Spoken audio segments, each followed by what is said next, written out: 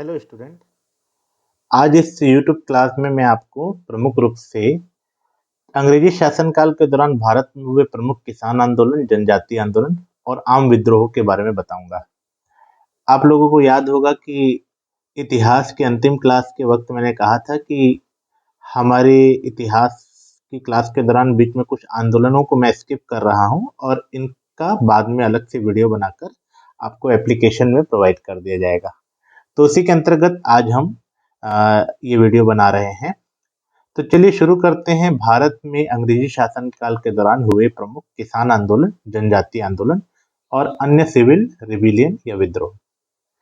तो जहां तक बात करें किसान आंदोलन की, तो किसान आंदोलन में आप पहले ही दो आंदोलनों को क्लास में पढ़ चुके हैं।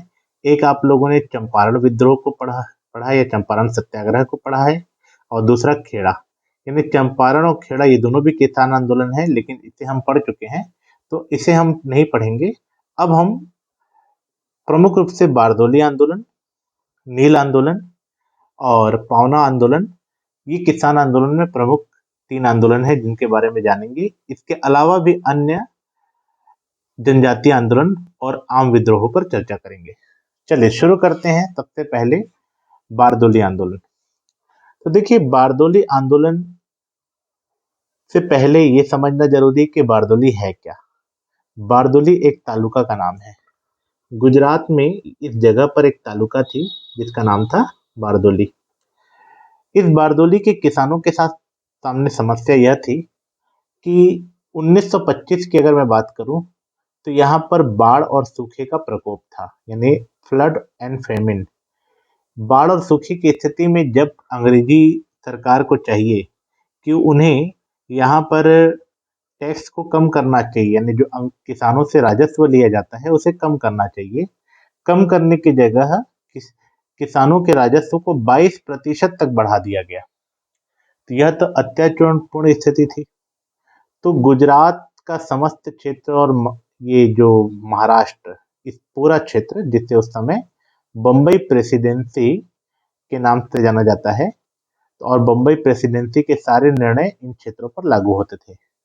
तो बम्बई प्रेसिडेंसी का यह निर्णय कि राजस्व को 22% कर दिया गया अन्यायपूर्ण था, और किसानों ने इसके खिलाफ अपनी बात रखने के लिए स्थानीय कांग्रेस पार्टी को आगे किया। यानी स्थानीय कांग्रेस पार्टी से कहा कि आप हमारी बात अंग्रेजी सरकार तक पहुंचाइए। उस समय कांग्रेस की जगह जगह शाखाएं हुआ करती थी। तो गुजरात में उस समय जो शाखा थी, उन्होंने एक मूल्यांकन करवाया, एक रिपोर्ट बनाई। इस रिपोर्ट में बकायदा उन सारी चीजों का उल्लेख था जो किसानों के साथ घटित हो रही है। बाढ़ और सूखे की वजह से किसानों का जो कुल उत्पादन है वह घट रहा है, उस रिपोर्ट में इसका जिक्र था। साथ में यह भी जिक्र था कि इस घटते हुए उत्पादन में इतना अधिक टैक्स दे पाना संभव नहीं है। परंतु इस मूल्यांकन का भी अंग्रेजों पर कोई प्रभाव नहीं पड़ा। तो फाइनली एक आंदोलन की आवश्यकता आन पड़ी, या एक सत्याग्रह की आवश्यकता आन पड़ी। इस आंदोलन को सत्याग्रह भी कहते हैं। सत्याग्रह कहने के पीछे कारण ये है कि इसमें गांधी जी के सिद्धांतों का, या गांधी जी के सत्याग्रह से जुड़े हुए सिद्धांतों का पालन किया गया था, इसलिए इसे बारदोली सत्याग्रह भी कहते हैं। तो इस प्रकार के सत्याग्रह की आवश्यकता आन पड़ी, और इस प्रकार के आंदोलन को आगे बढ़ाने का नेतृत्व दिया गया वल्लभ भाई पटेल को। तो वल्लभ भाई पटेल जी से जब इस आंदोलन को आगे बढ़ाने के लिए या फिर इस आंदोलन का नेतृत्व लेने के लिए आग्रह किया गया, तब उन्होंने किसानों से प्रमुख रूप से यह आश्वासन लिया कि हम इस आंदोलन को गांधी जी के सिद्धांतों के अनुसार चलाएंगे। ठीक है, अर्थात हम इसमें अहिंसा के सिद्धांत का पूर्ण पालन करेंगे। हम इस सत्याग्रह में गांधी जी के अनुसार सहयोग न करने की परिपाटी को आगे बढ़ाएंगे। तो इसी सहयोग न करने की परिपाटी के तहत वल्लभ भाई पटेल ने इस आंदोलन का मूल मंत्र दिया, कर न पटाना। और कर न पटाना इतना अवश्यभावी हो गया था कि यदि किसानों में कोई एक भी किसान अंग्रेजों को कर पटाने के लिए राजी हो जाता, तो अन्य किसान उसका बहिष्कार कर देते या बायकॉट कर देते, है ना। तो इस आंदोलन को एक योजना के साथ आगे बढ़ाया गया। इस तालुका यानी बारदोली तालुका के आसपास के सारे क्षेत्रों में आंदोलन को फैलाने के लिए जन जागरूकता अभियान चलाया गया। जितने भी किसान थे उन्हें शिविरों में बांट दिया गया था और हर शिविर को कुछ काम दिया गया था। जैसे एक शिविर को काम दिया गया कि वह मीडिया का काम देखेगा, यानी कि रोज की खबरें, बुलेटिन वगैरह मीडिया तक पहुंचाएगा। एक शिविर को काम दिया गया कि वह घर घर जा करके इस आंदोलन का प्रचार करेगा। ठीक है। एक शिविर को यह मौका दिया गया कि वह इस आंदोलन के दौरान एकता के भाव यानी कि सामुदायिक एकता को महत्व देगा। तो इस आंदोलन को काफी रचनात्मक तरीके से आगे बढ़ाया जा रहा था। रचनात्मकता की एक मिसाल यह है कि इस आंदोलन में एक और काम किया गया था। इस बारदोली तालुका में ही रहने वाली एक जाति जिसे कलिपराज जाति कहा जाता था। इस कलिपराज जाति जो कि भूमिहीन मजदूर यानी लैंडलेस लेबर कहना चाहिए, भूमिहीन मजदूर थे, उनके कल्याण के लिए भी किसानों ने काम किया। तो काफी कुछ क्रिएटिव देखने को मिल रहा था और आंदोलन धीरे धीरे आगे बढ़ रहा था। इस आंदोलन में अंग्रेजों के साथ नॉन कोऑपरेशन के तहत केवल कर न पटाना ही पर्याप्त नहीं था, बल्कि यह भी जरूरी था कि अंग्रेज जब जब्ती करे, यानी अब जाहिर सी बात है अगर अंग्रेजों को आप कर नहीं देंगे तो उसका परिणाम ये होगा कि अंग्रेज आपके मवेशी उठा के लेके जाएंगे, आपकी संपत्ति को आपसे छीन लेंगे। तो किसानों को इसके लिए भी तैयार रहने के लिए कहा गया। तो किसान न केवल इस बात के लिए तैयार थे कि उनके मवेशी उनकी संपत्ति जब्त कर ली जाएगी, बल्कि वे जब अंग्रेज अधिकारी गांव आते थे तो वे पूरा गांव छोड़ के किसी दूसरे गांव चले जाते थे या पहाड़ों पर चले जाते थे। तो ये अंग्रेजों को परेशान करने के लिए, इरिटेट करने के लिए कई प्रकार के तरीके ढूंढे गए, लेकिन हिंसा नहीं की गई। पूर्ण रूप से अहिंसात्मक रूप से यह आंदोलन आगे बढ़ा, जो कि धीरे धीरे अंग्रेजों में के नाक में दम करने लगा। इस आंदोलन की एक खास बात और थी कि इस आंदोलन में महिलाओं ने भी सक्रिय भूमिका निभाई।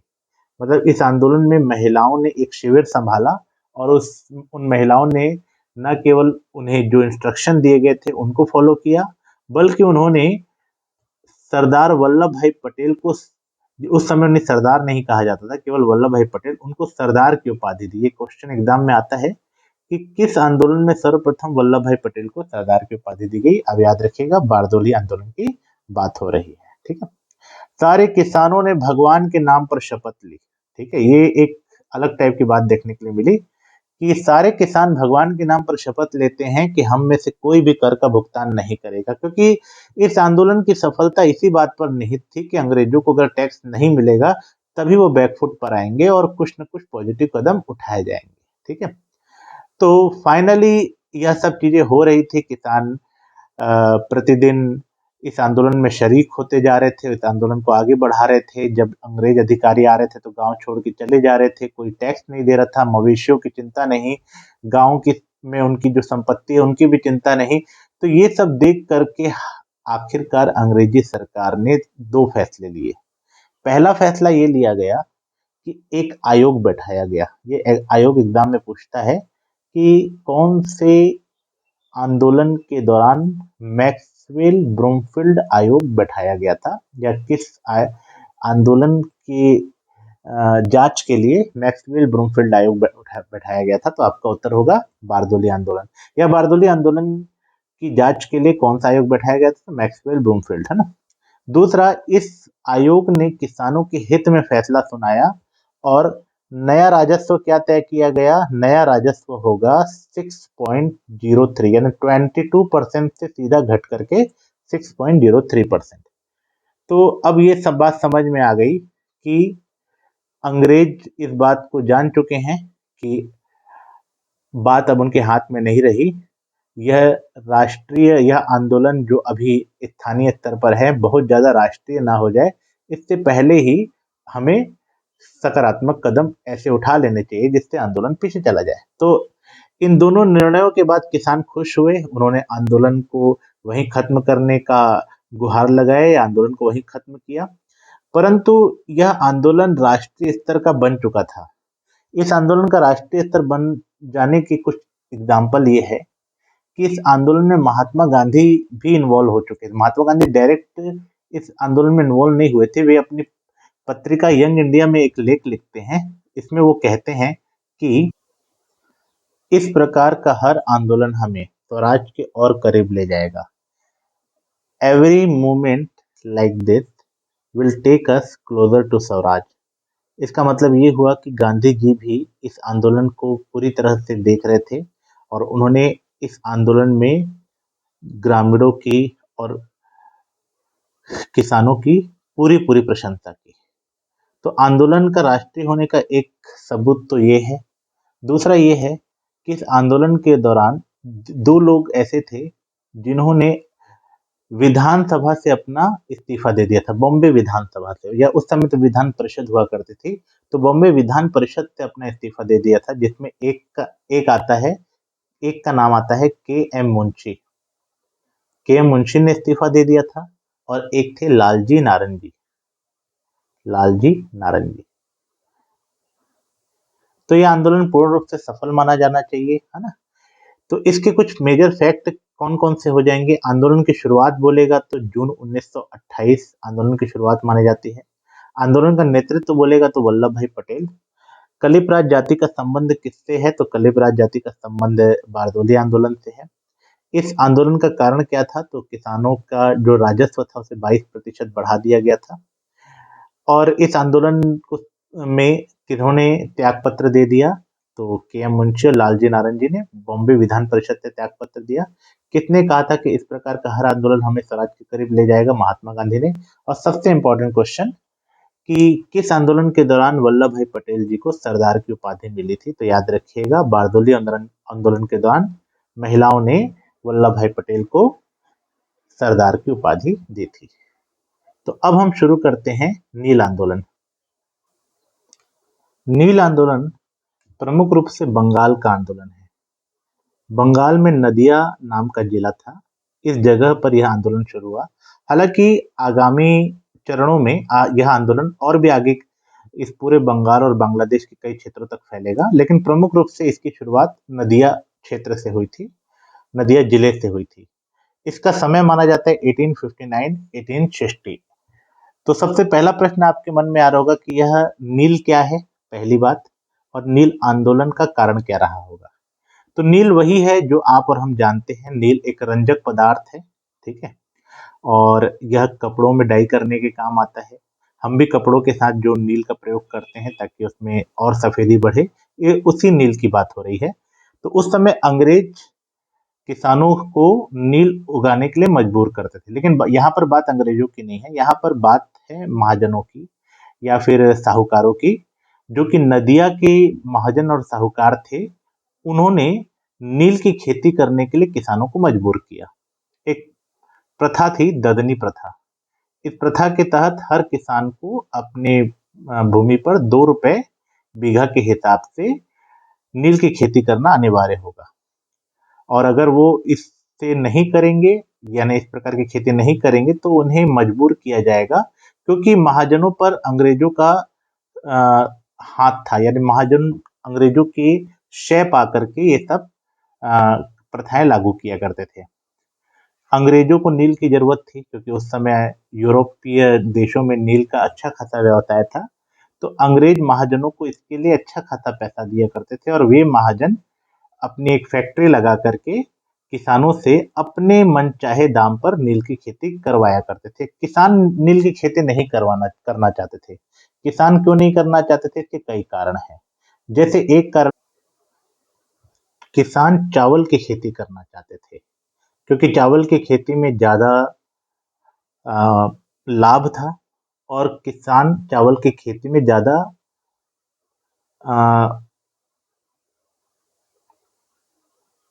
पारंगत थे। साथ ही नील की खेती का प्रभाव उर्वरक क्षमता या उर्वरता में भी पड़ता था। इसका मतलब ये हुआ कि नील की खेती करने से भूमि की उर्वरता क्षमता या फर्टिलिटी कमजोर हो जाती थी। उसके बाद ये बड़ा मुश्किल हो जाता था कि उस जमीन पर और किसी चीज की खेती होगी कि नहीं होगी। तीसरा कारण ये था कि नील की खेती करने से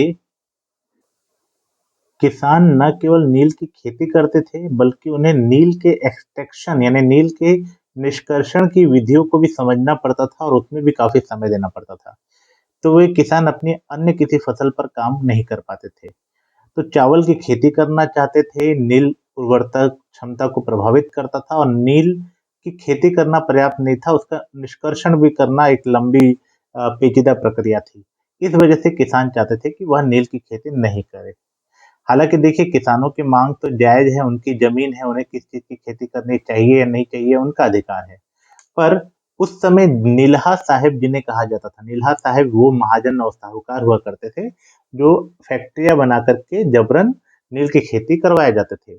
वे इतने ज़्यादा पावरफुल थे कि वे बलपूर्वक किसानों को जबरन प्रताड़ित करके नील की खेती करवाते थे। और इसके खिलाफ विरोध में सबसे पहले 2 किसानों का नाम आता है, दिगंबर विश्वास एवं विष्णु विश्वास। इन्होंने इस आंदोलन की शुरुआत की और उन्होंने किसानों को अपनी जमीन पर जबरन नील की खेती न करने के लिए कहा। तो धीरे-धीरे इनकी बातों को सहयोग देकर या इनके नेतृत्व में किसानों ने नील की खेती करना बंद कर दिया। तो यह आंदोलन पहले तो केवल नदिया जिले में था, परंतु धीरे-धीरे यह आंदोलन नदिया जिले से आगे निकल कर के अन्य जगहों पर फैल गया। जैसे कि नदिया के बाद पावना, मालदा, दिनाजपुर, खुलना, ये सारे बंगाल और बांग्लादेश के क्षेत्र हैं। यहाँ तक यह आंदोलन फैल गया। अच्छी बात ये थी कि इस आंदोलन में भी गांधी जी के सिद्धांतों का पालन किया गया, किसी ने हिंसा नहीं की और सभी केवल असहयोग की परिपाटी को ही आगे बढ़ाते हुए इस आंदोलन में आगे बढ़ रहे थे। तो इस वजह से इस आंदोलन में बुद्धिजीवियों का यानी इंटेलेक्चुअल वर्ग का भी सपोर्ट मिल गया। बुद्धिजीवी का समर्थन मिल गया किस रूप में? सबसे पहले तो ये आपको एक नाम दिख रहा होगा, एक महत्वपूर्ण रचयिता ऑथर थे, पोएट भी थे, हरीश चंद्र मुखर्जी। उन्होंने अपनी पत्रिका हिंदू पेट्रियट में सबसे पहले नील आंदोलन की चर्चा की और नील आंदोलन को आगे बढ़ाने में हिंदू पेट्रियट की यह पत्रिका का बड़ा योगदान था। उसके बाद एक नाटककार थे दीनबंधु मित्र, उन्होंने अपने नाटक नील दर्पण में नील आंदोलन की घटना का इतना ज़्यादा करुण वर्णन किया या फिर इतना ज़्यादा करुण दृश्यांकन किया कि जिन्होंने भी नील दर्पण नाटक देखा, उन सभी को इस आंदोलन का महत्व समझ में आया और इस आंदोलन में सभी ने अपने-अपने स्तर पर जो भी सहयोग देने की आवश्यकता थी, वो दिया। फाइनली 1860 में मजबूर होकर अंग्रेजी शासन को नील आयोग बैठाना पड़ा। नील आयोग के अध्यक्ष का नाम था सचिन सिट नटकर, ठीक है। सचिन सेटनटकर नाम के व्यक्ति ने इस आंदोलन का अध्यक्षता किया था और इस आंदोलन का नहीं, इस आयोग का अध्यक्षता किया था और इसमें फाइनली यह निर्णय सुनाया गया, मतलब अंग्रेजी शासन के द्वारा इस आंदोलन की जांच के लिए बने नील आयोग के द्वारा अंततः यह फैसला सुनाया गया कि किसानों की नील की खेती करने के लिए जो बाध्यता है वह बिल्कुल नहीं होनी चाहिए। हर एक महाजन यह सुनिश्चित करे कि सभी प्रकार के विवादों का निपटारा कानूनी तरीके से हो। यानी कि सरल भाषा में नील आयोग ने यह कह दिया कि इस प्रकार की कोई भी मांग कि किसान जबरदस्ती अपने क्षेत्र पे नील की खेती करे, बिल्कुल सही नहीं है। तो आप कह सकते हैं कि नील आंदोलन में भी किसानों को पूरी सफलता प्राप्त हुई। इस आंदोलन से जुड़े प्रमुख फैक्ट, यह कब हुआ, 1859 किस क्षेत्र में हुआ? नदिया गोविंदपुर गांव, नदिया जिला का नाम है, गोविंदपुर गांव का नाम है। कौन सी प्रथा थी जिसके अंतर्गत नील की खेती जबरदस्ती करवाई जाती थी? ददनी प्रथा। 1 बीघा जमीन पर 2 रुपए के हिसाब से खेती करनी होती थी। नेतृत्व दिगंबर विश्वास, विष्णु विश्वास। आंदोलन का विस्तार बाद में किन किन जगह पर हुआ? नदिया, पावना, खुलना, ढाका, मालदा, दिनाजपुर क्षेत्र में। और कौन सा आयोग? नील आयोग। किसने अपनी पत्रिका में नील आंदोलन की चर्चा की? हरिश्चंद्र मुखर्जी ने हिंदू पेट्रियट में। और किस एक नाट्यकार ने अपने नाटक में नील आंदोलन की चर्चा की? दीनबंधु मित्र ने नील दर्पण में। चलिए, तो ये आंदोलन खत्म हुआ। अब हम समझते हैं पावना सत्याग्रह।